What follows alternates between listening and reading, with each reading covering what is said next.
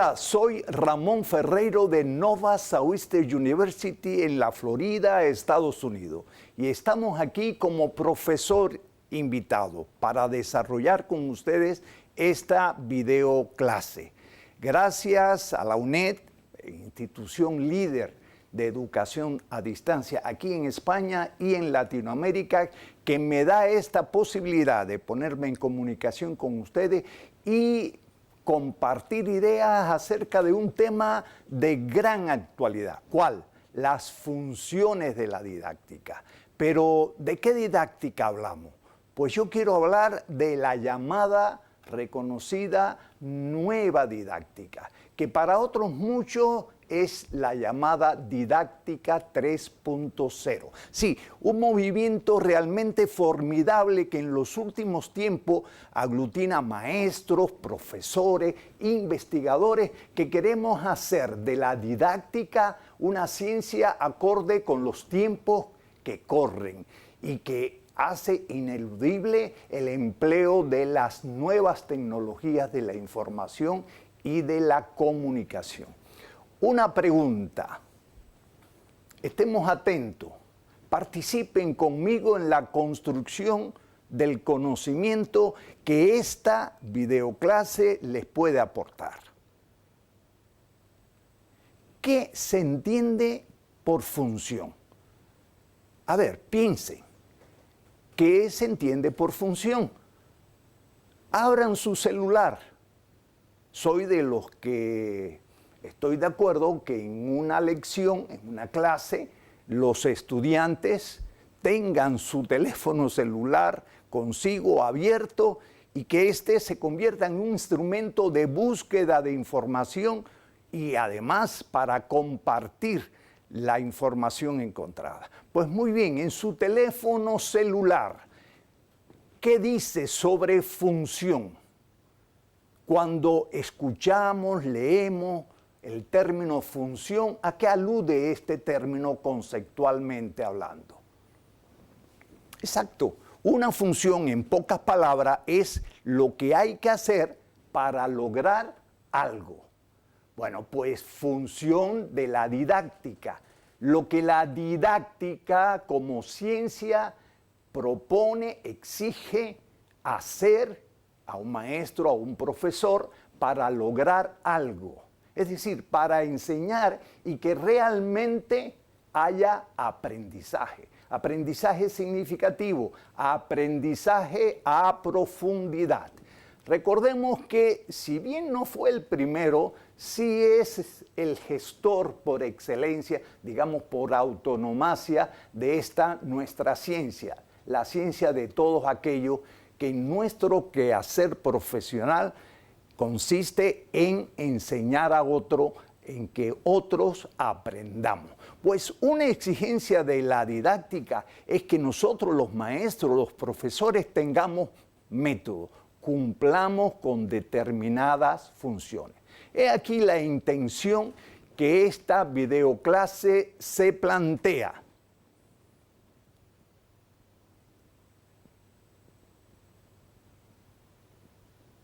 Es decir, el proceso de enseñanza-aprendizaje tiene que eficientizarse, es decir, hacerse cada vez más eficiente.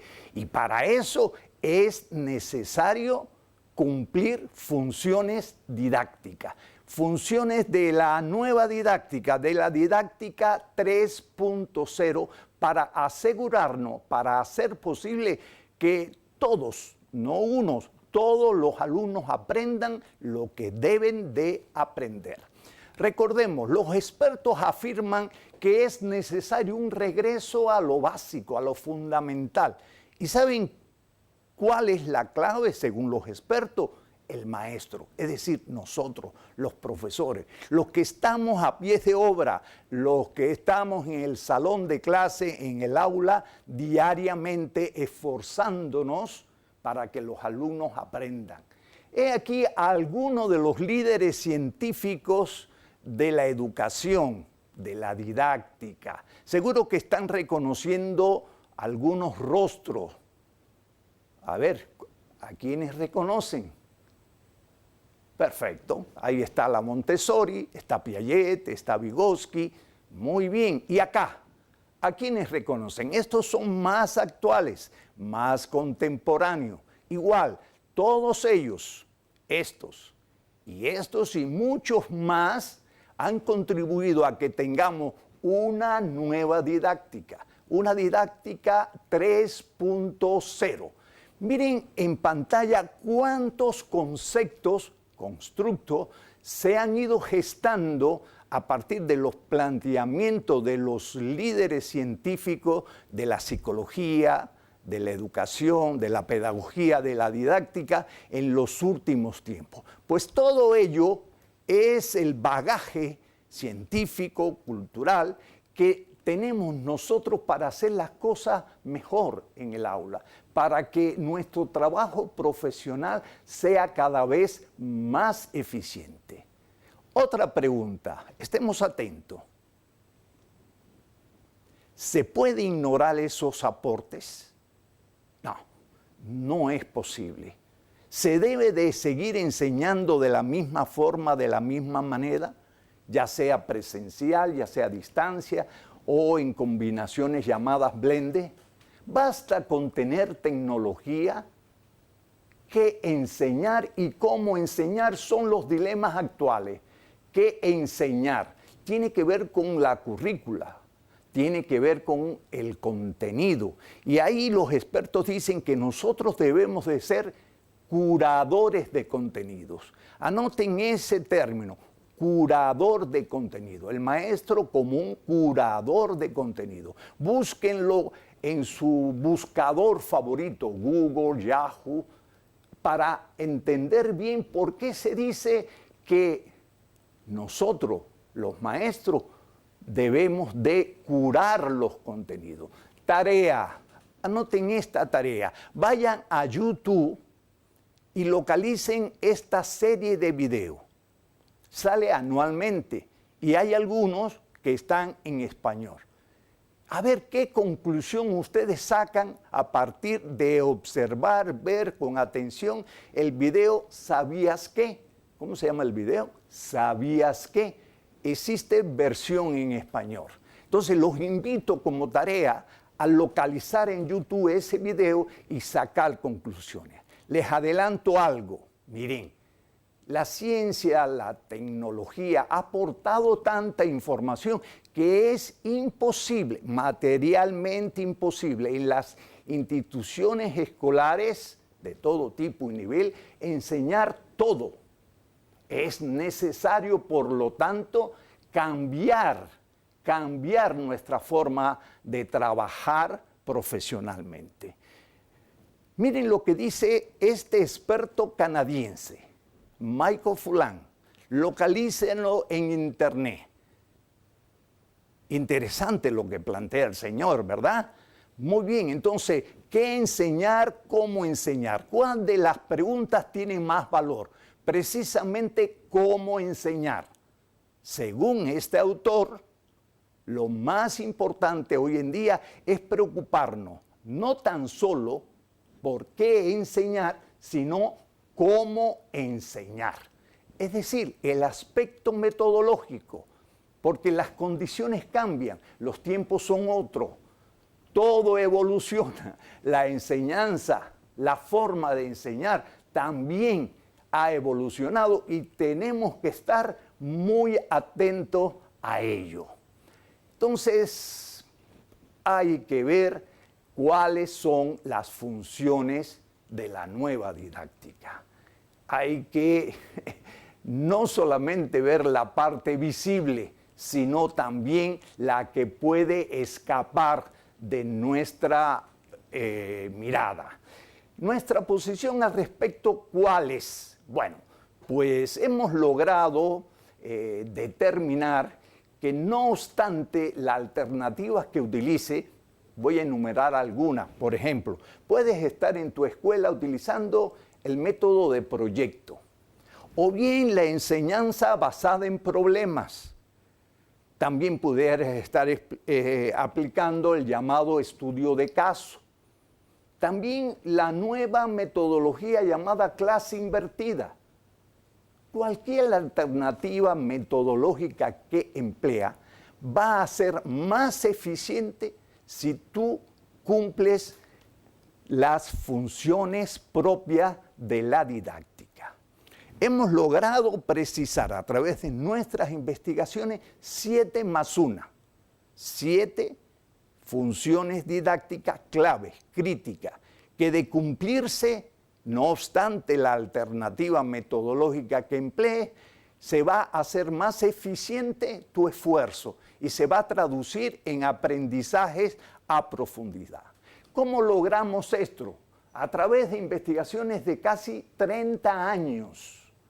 Aparece en pantalla lo que hicimos. Investigaciones de corte cuantitativo, investigaciones de corte cualitativo, mixtas, estudios longitudinales, estudios transversales.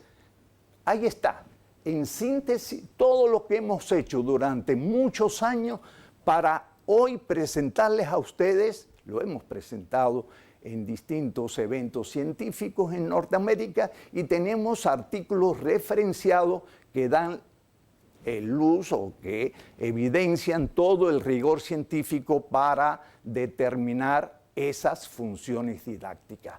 Pero, bueno, ¿y cuáles son esas funciones? Les decía, 7 más 1. Veamos, una.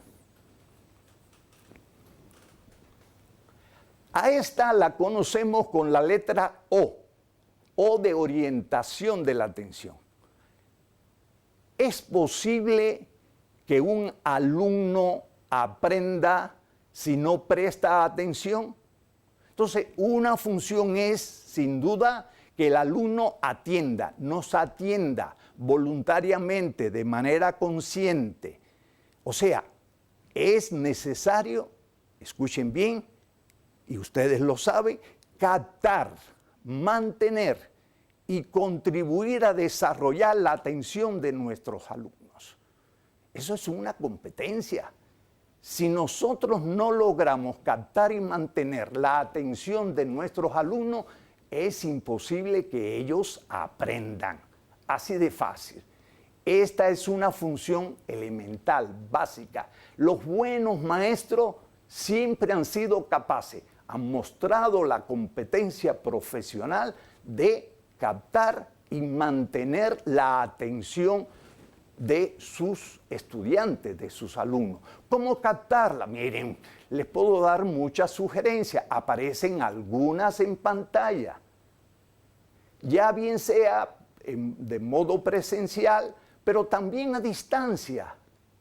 Porque en los entornos digitales a distancia también es necesario captar, mantener y contribuir al desarrollo consciente de la atención. La atención es un proceso psicológico necesario, imprescindible para aprender. Los estudiantes tienen que concentrar su atención en el tema, en el objeto de estudio, para hacerlo suyo. El maestro debe de tener, sin duda, estrategias para que ellos se sientan orientados. Yo diría más, autoorientados con relación al aprendizaje. Y a nosotros, los maestros, se nos exige, como al pastor con sus ovejas, tenerlos a todos y conducirlos en la dirección deseada, hacia el aprendizaje meta. Pues bien, veamos ahora otra función. Decíamos que eran ¿cuántas? Exacto, 7. Veamos una más. A esta función la reconocemos con la letra A, la letra de activación. Bueno, pues en los años 80 del siglo pasado, las llamadas ciencias de la cognición, anoten, búsquenlo, ciencias de la cognición, hicieron énfasis en el papel del cerebro, de la mente, del pensamiento a la hora de aprender. En los últimos tiempos, las llamadas neurociencias han puesto en evidencia cómo en el cerebro hay todo un funcionamiento bioquímico que es necesario tener en cuenta para producir buenos aprendizajes, aprendizajes perdurables. En tal sentido, el momento A, el cumplimiento de la función de activación, ¿cómo se llama la función? Se llama activación neuropsicológica. Bueno, pues el momento A tiene que ver con la preparación de las condiciones de todo tipo para que el sujeto aprenda y aprenda bien. El sujeto debe de sentirse seguro en un ambiente agradable, en un ambiente flexible, pero exigente a la vez. ¿Cómo es eso? Veamos más adelante. El papel del cerebro, el papel de la mente, de las neuronas a la hora de aprender. Las neuronas tienen que hacer sinapsis, y es ahí el papel de los neurotransmisores para que una persona aprenda. Y en tal sentido es necesario activarlo en un ambiente seguro, cómodo, relajante, pero exigente. Sin activación neuronal no hay aprendizaje. Se ha demostrado, las neurociencias lo han demostrado. Pues pasemos a otra función. Le decía que son 7 más 1. Y esta es altamente conocido, la evaluación. La evaluación, y anoten, celebración de los resultados. Evaluación para aprender. La evaluación es consustanciar en todo proceso educativo. En el de enseñanza-aprendizaje lo es también. Y la evaluación para el aprendizaje debe de garantizar no la igualdad, sino la equidad.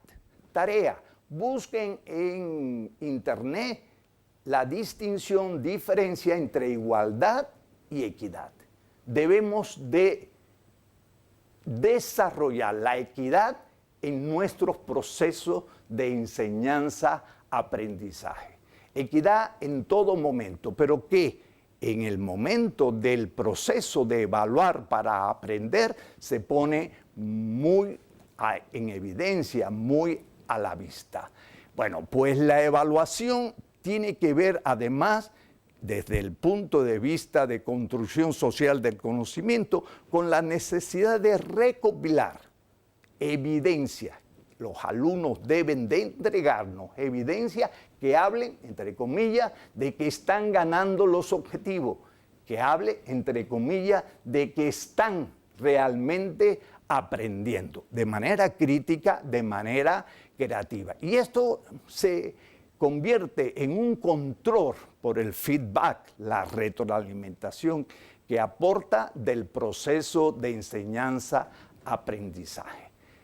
Y se ha llegado a una conclusión, y por eso hablamos de evaluar para aprender. Si el alumno no participa de manera activa en su evaluación, miren, no hay aprendizaje a profundidad. No hay de otra. Tenemos que cambiar nuestra forma de enseñar. Pero si cambiamos nuestra forma de pensar, de enseñar, debemos de cambiar nuestra forma de evaluar.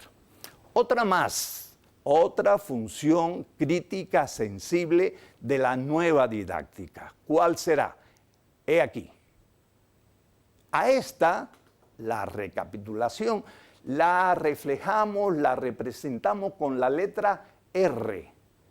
R de repasar, resumir, recuperar lo que está en proceso de aprendizaje. Los buenos maestros, y seguro que están pensando en algunos de sus buenos maestros, se han caracterizado por hacer buenos repasos de las lecciones, por recuperar cada cierto tiempo que se está aprendiendo. Esta es una función de la nueva didáctica, pero se hace de otra forma. Ya no es necesario que el maestro siempre repase, que el maestro siempre repita. Ahora lo necesario es que el maestro tenga estrategias para colocar, situar al alumno en la recapitulación. Es decir, hacer que el alumno, el estudiante, recapitule, repase. Ahora, ¿qué justifica hacer recapitulación? El proceso psicológico de la memoria. Tendemos a olvidar lo que no se retoma, lo que no se actualiza, lo que no se hace de manera continua, tiende a olvidarse. Por eso es necesario recapitular. Ahora, ¿cómo puedo desarrollar la memoria de mis alumnos? ¿Cómo puedo hacer que ellos no borren, que ellos mantengan lo que le llaman los psicólogos el conocimiento en actividad, en acción? Bueno, pues mediante toda una serie de estrategias que nos permita eso, repasar. Pero ellos son los que deben de retomar, ellos son los que deben de repasar con nuestra guía. Si el estudiante no retoma cada cierto tiempo y refuerza las actividades, no hay verdadero aprendizaje. ¿Y saben qué se ha descubierto en los últimos tiempos? Bueno, las llamadas neurociencias nos ha puesto la información sobre la mesa que la clave está en el RNA, ácido ribonucleico, y que la actividad es la que desarrolla a nivel de esa molécula los procesos de guardar en memoria. Otra función más, ¿cuántas llevamos? ¿Cuál hemos visto? Muy bien, vamos a otra. Esta función la reconocemos con la letra PI, procesamiento de la información.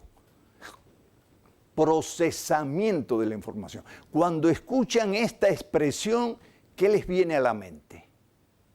Procesamiento de la información, procesar la información.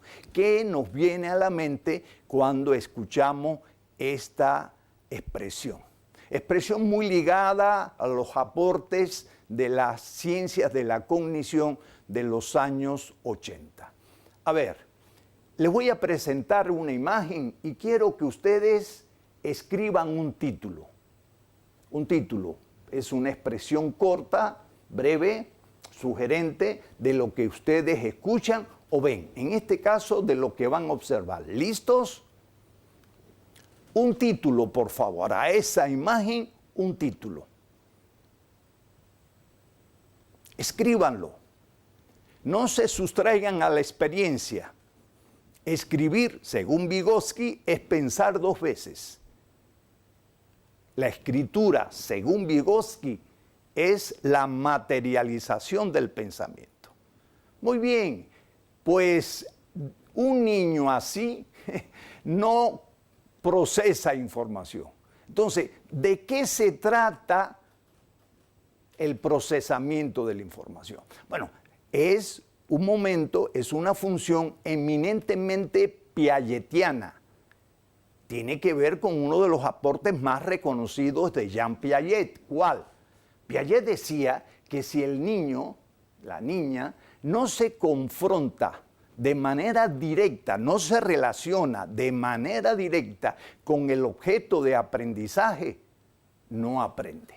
El procesamiento de la información tiene que ver con esa necesaria interactividad entre el sujeto que aprende y el objeto de aprendizaje. Ahora, ¿procesar información es lo mismo que leer? No. Es necesario leer, es necesario comprender lo que se lee, pero procesar información es mucho más, muchísimo más que leer y exige, entre otras cosas, el empleo por parte de los maestros de estrategias para hacer que el niño o la niña procese información.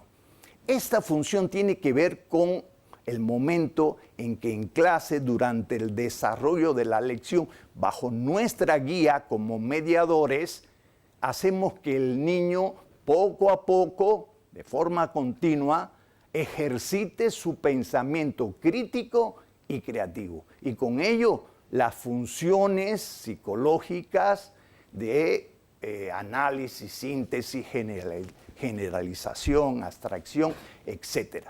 Si el estudiante no se confronta con el objeto de estudio, no hay aprendizaje.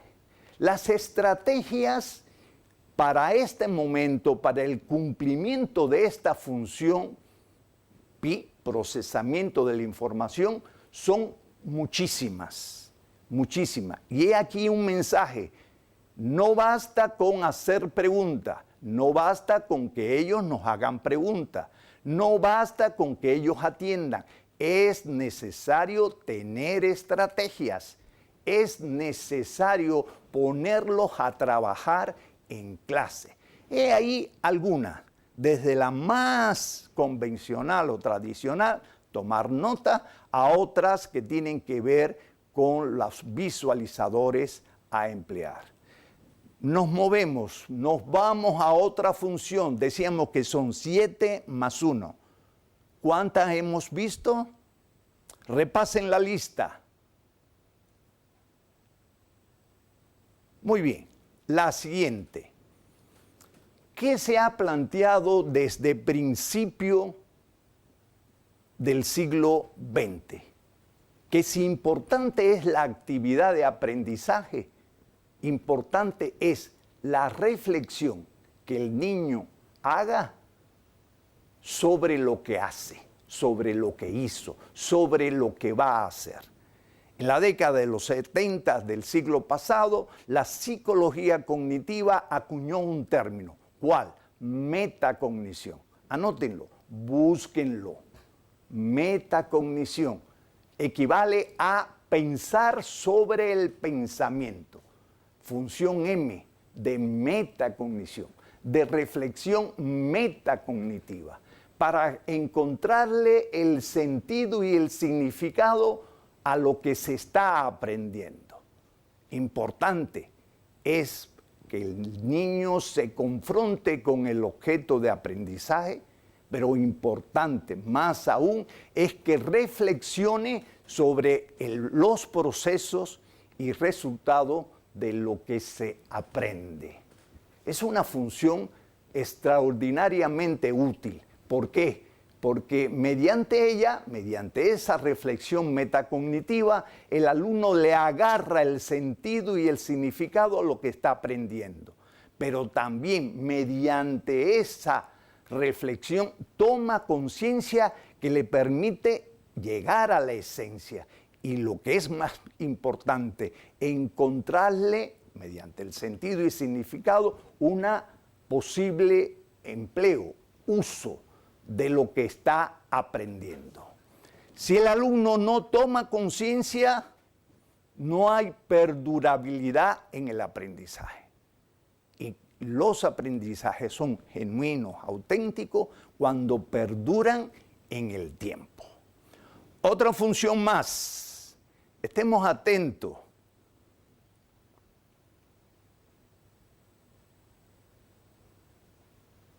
Sí, importante es lo que Piaget planteaba, de que el alumno se confronte directamente con lo que está aprendiendo. Importante son las interacciones sociales para aprender. Es decir, la interdependencia social positiva entre pares, entre colegas del grupo. De nuevo, escribe un título, a más corto mejor, sobre lo que vas a observar. ¿Listos?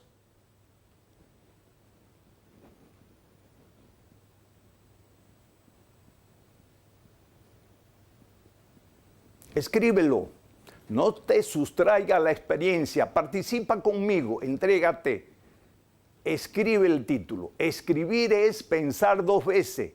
La escritura desarrolla el pensamiento. Un título para esta caricatura.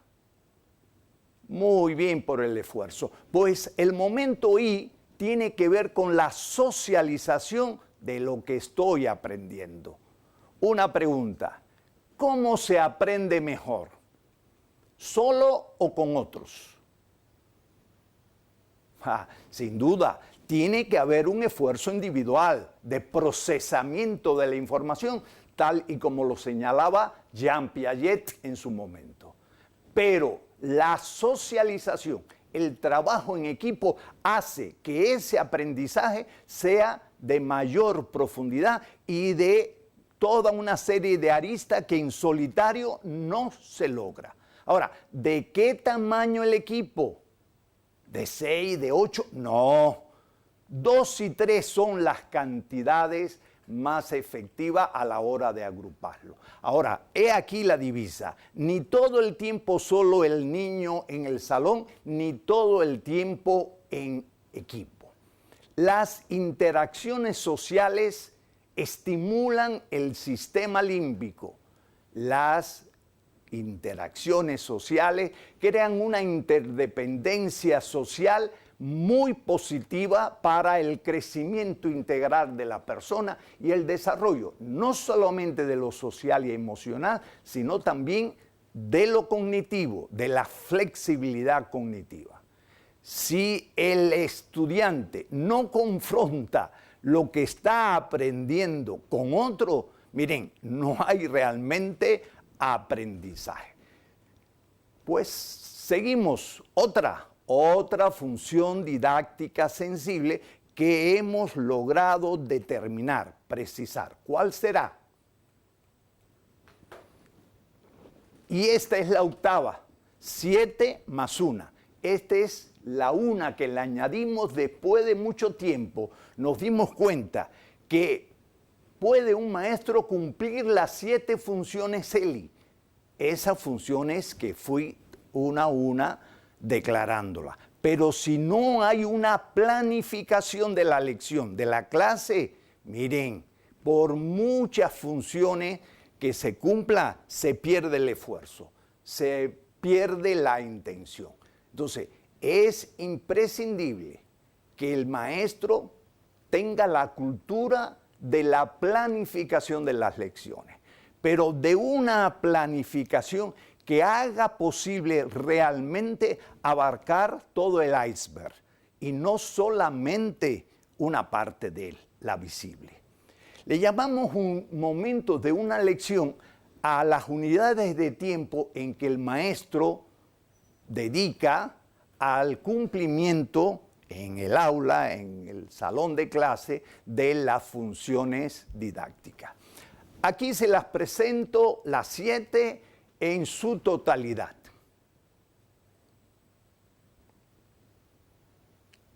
Y les pregunto, de ellas, ¿cuál es la más importante? ¿Cuál para ti es la más importante? Bueno, escucho que me están diciendo que todas, y esa es una buena respuesta, es cierto. Todas son importantes, todas tienen un peso específico en el desarrollo de una lección. No obstante, en un momento determinado, una puede ser más importante que la otra. Pero las investigaciones nos dicen que el cumplirlas todas en el desarrollo de una lección contribuye realmente a que el alumno aprenda. Aquí hay que plantearse que para el cumplimiento de esas funciones, el maestro tiene que tener instrumentos, herramientas, estrategias de mediación para hacer que el alumno se ponga en contacto con el objeto de aprendizaje, interactividad, para hacer posible el intercambio entre ellos, las interacciones sociales.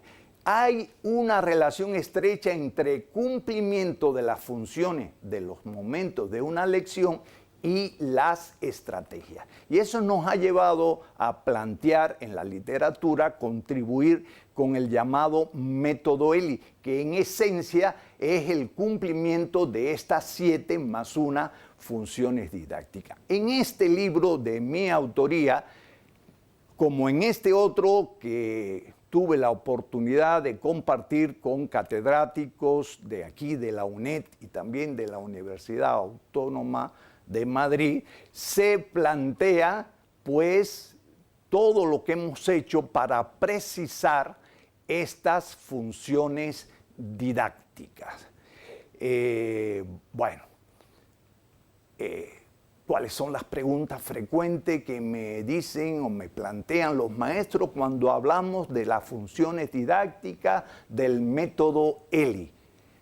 Me preguntan por los momentos, por las funciones, me preguntan por el orden, y les digo, el orden lo da el maestro, el profesor, a la hora de planificar. Yo puedo empezar una lección con momento cumpliendo la función R, pero otro día puedo empezar la lección cumpliendo el momento, la función A de activación. Pero en otra oportunidad inicio con E de evaluación para aprender o inicio con I de interacciones sociales. Es decir, el orden lo damos nosotros, libertad de cátedra responsable, comprometida. Y las estrategias deben de ser por momento. En los libros que les presenté, les comparto estrategias para cada una de esas funciones. Es cierto que algunas pueden ser utilizadas para el cumplimiento de más de una función. ¿Qué reportan las investigaciones? Bueno, ante todo, que el alumno aprende significativamente y a profundidad.